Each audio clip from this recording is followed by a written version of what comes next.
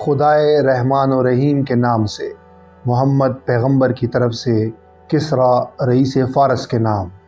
سلام ہے اس شخص پر جو ہدایت کا پیرو ہو اور خدا اور اس کے نبی پر ایمان لائے، اور یہ گواہی دے کہ خدا صرف ایک خدا ہے، اور اس نے مجھے ساری دنیا کا پیغمبر مقرر کر کے بھیجا ہے تاکہ میں ہر زندہ شخص کو خوف دلاؤں۔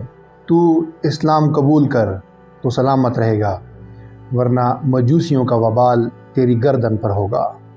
کچکلاہ ایران خسرو پرویز کو سرور عالم کا یہ خط اس وقت ملا جب وہ اپنی تمام شان و شوکت کے ساتھ دریائے کرسو کے کنارے پڑاؤ ڈالے ہوئے تھا۔ جب شاہی مترجم اس خط کا مضمون سنا رہا تھا تو حاضرین دربار، جن کے لیے یہ تحریر ایک مذاق سے زیادہ نہ تھی، بڑی مشکل سے اپنے کہے ضبط کر رہے تھے۔ کسریٰ کچھ دیر غصے اور اضطراب کی حالت میں قاصد کی طرف دیکھتا رہا۔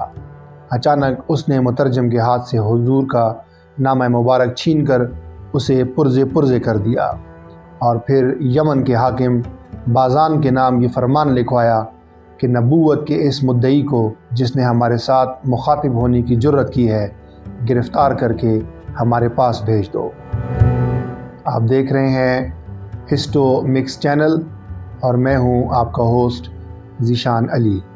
ناظرین، ایران کے مغرور اور جابر حکمران خسرو پرویز کے لیے محمد صلی اللہ علیہ وسلم کا خط اس قدر غیر اہم تھا کہ حضور کے قاصد کو سزا دینے میں بھی اسے اپنی توہین محسوس ہوتی تھی، لیکن اسے کیا معلوم تھا کہ جس خط کو اس نے چاک کیا ہے اس کی تحریر لوح محفوظ پر منتقل ہو چکی ہے، اور جب حضور کا قاصد بے سر و سامانی کی حالت میں واپس جا رہا تھا تو اس وقت یہ کون کہہ سکتا تھا کہ اس کے پاؤں کے نشان عنقریب ان مجاہدوں کی گزرگاہ بننے والے ہیں جو مدینے کی گلیوں میں جہاں بانی کے نئے آداب سیکھ رہے ہیں۔ دوستو، آج کی اس ویڈیو کا مقصد ظہور اسلام سے قبل عرب و عجم کی تاریخی، سیاسی، اخلاقی، تہذیبی اور مذہبی حالات پیش کرنا ہے۔ میرا اس ویڈیو میں مقصد عالم انسانیت کے ان تاریک گوشوں کو نمایاں کرنا ہے جو صدیوں سے روشنی کے منتظر تھے۔ اس مقصد کے لیے میں نے زیادہ تر انہی مورخین سے استفادہ کیا ہے جنہیں غیر مسلم بھی انتہائی مستند خیال کرتے ہیں۔ بحیرہ روم کے مشرقی علاقے جو کبھی مصر کے فرعونہ اور کبھی بابل کے حکمرانوں کے ہاتھوں تباہی کا سامنا کرتے تھے، اب کوئی 1000 سال سے ایران اور اس کے مغربی حریفوں کے درمیان قوت آزمائی کا اکھاڑا بنے ہوئے تھے۔ ولادت مسیح سے 550 سال قبل ایران پر سائرس کا تسلط مشرق کی تاریخ کے ایک نئے دور کی تمہید تھا۔ اس چرواہے حکمران نے بابل کی اینٹ سے اینٹ بجا دی، اور پھر بلخ سے لے کر آبنائے باسفورس اور بحیرہ خزر سے لے کر صحرائے سینا تک اپنے فتوحات کے جھنڈے گاڑ دیے۔ آدھی صدی کے اندر ایرانی سلطنت کی حدود پنجاب سے لے کر یونان تک پھیل چکی تھی، اور مصر کی حیثیت اس عظیم سلطنت کے ایک صوبے سے زیادہ نہیں تھی۔ اس کے بعد قریباً 200 سال تک مشرق و مغرب میں سائرس کے جانشینوں کا کوئی مد مقابل نہیں تھا۔ پھر اچانک یونان نے انگڑائی لی، مقدونیہ سے ایک نوجوان نمودار ہوا اور ایشیا میں ایران کا پرچم سرنگوں کرتا ہوا پنجاب تک پہنچ گیا۔ مصر، بابل اور نینوا کے تاجداروں نے ماضی کی گزرگاہوں پر جو نشان چھوڑے تھے وہ سکندر اعظم کے پاؤں تلے دب چکے تھے۔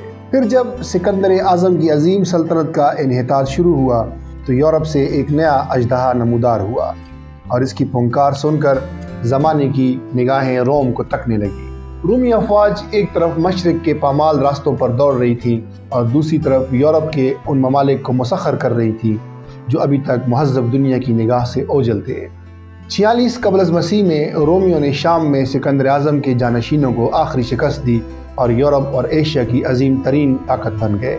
اس کے بعد 4 صدی عیسوی کے شروع میں شہنشاہ قسطنطین نے عیسائی مذہب قبول کیا۔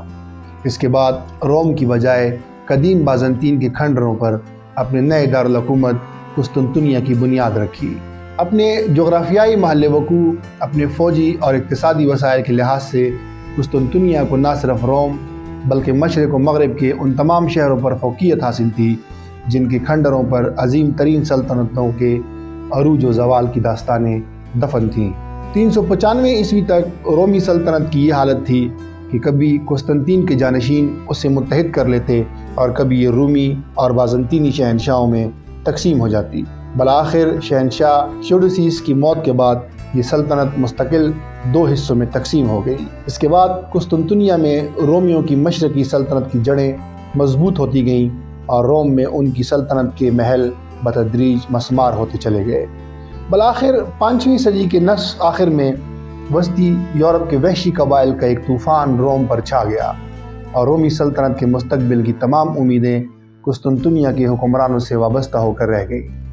150 سال کے عرصے میں رومیوں کا نیا دارالسلطنت دنیا کا عظیم ترین شہر اور ایک انتہائی ناقابل تسخیر قلعہ بن چکا تھا۔ قسطنطین کے جانشینوں کو مشرق کی طرف پیش قدمی کے لیے وہ راستے کھلے دکھائی دیتے تھے جنہیں کسی زمانے میں سکندر اعظم نے ہموار کیا تھا، لیکن زمانے نے ایک نئی کروٹ لی اور صدیوں کے بعد ایران کے آتش کدوں میں دبی ہوئی آگ اچانک بھڑک اٹھی۔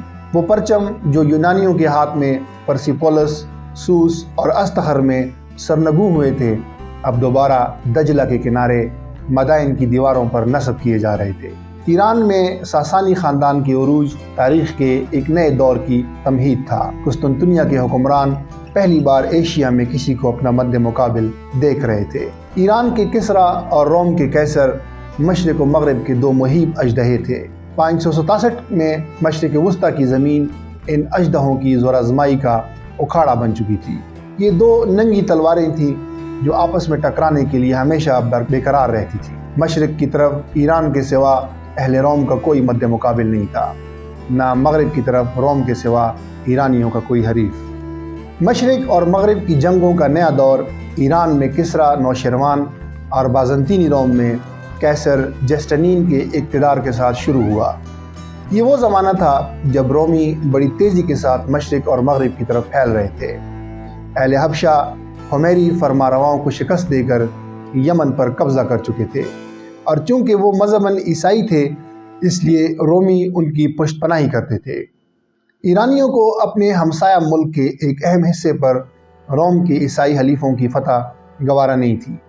وہ یہ محسوس کرتے تھے کہ اہل حبشہ مشرق کی طرف رومیوں کے اثر و اقتدار کا راستہ صاف کر رہے ہیں۔ شام اور عراق کی سمت عرب کی سرحدوں کے ساتھ غسانی اور لخمی خاندان کی نفرتیں بھی روم اور ایران کے لیے وجہ تنازع بن گئی۔ ہیرا کے لخمی حکمران ایرانیوں کے حلیف اور شام کے فرمانروا رومیوں کے باجگزار تھے، اور ان 2 خاندانوں کی نہ ختم ہونے والی جنگیں رومیوں اور ایرانیوں کو بتدریج میدان جنگ کی طرف دھکیل رہی تھی۔ کسرا نوشیروان نے ایران کے اندرونی خلفشار سے نجات حاصل کرتے ہی بازنطینی سلطنت کی مشرقی سرحدوں پر دھاوا بول دیا، اور شام کے باشندے پھر ایک بار آگ اور خون کے طوفان کی تباہکاریاں دیکھ رہے تھے۔ قیصر جسٹنین کے ہوشیار اور تجربہ کار جرنیل بیلیساریوس نے ایرانی لشکر کی پیش قدمی روک دی۔ اس کے بعد چند سال امن کے گزرے، لیکن 540 عیسوی میں نوشیروان نے 3 لاکھ فوج کے ساتھ شام پر یلغار کی اور راستے کی آبادیوں کو تباہ و برباد کرنے کے بعد حلب کے خوبصورت شہر کو آگ لگا دی۔ شام کے کئی اور شہروں کو لوٹنے کے بعد نوشیروان نے واپس مدائن کا رخ کیا۔ کچھ مدت آرام کرنے کے بعد اس نے مشرق وسطیٰ میں رومیوں کا رہا سہا اقتدار ختم کرنے کے لیے فلسطین پر حملے کی تیاریاں شروع کی، لیکن قیصر روم نے بیلیساریوس کو، جو اٹلی میں یورپ کے وحشی قبائل کے خلاف مصروف تھا، دوبارہ مشرقی محاذ پر بلایا۔ روم کے اسی تجربہ کار جرنیل نے اچانک ایران کی سرحد پر پہنچ کر نوشیروان کو نہ صرف یروشلم کی طرف پیش قدمی کا ارادہ ملتوی کرنے پر مجبور کیا، بلکہ ایران کے لیے ایسی صورتحال پیدا کی کہ نوشیروان کے لیے اپنے لشکر کے ان دستوں کو بھی واپس بلانے کے سوا کوئی چارہ نہیں تھا جو ابھی تک ایشیا کوچک میں لوٹ مار کر رہے تھے۔ بالآخر ایران کے عمر رسیدہ حکمران کو موت کی آغوش میں پناہ ملی، اور عمراء نے اس کی آخری وصیت پر عمل کرتے ہوئے رومیوں کے خلاف جوابی کارروائی کا ارادہ ترک کر دیا۔ نوشیروان کے بعد ایران کے تخت پر اس کا بڑا بیٹا ہرمز رونق افروز ہوا۔ اس کی موت کے بعد خسرو پرویز ایران کے تخت پر بیٹھا۔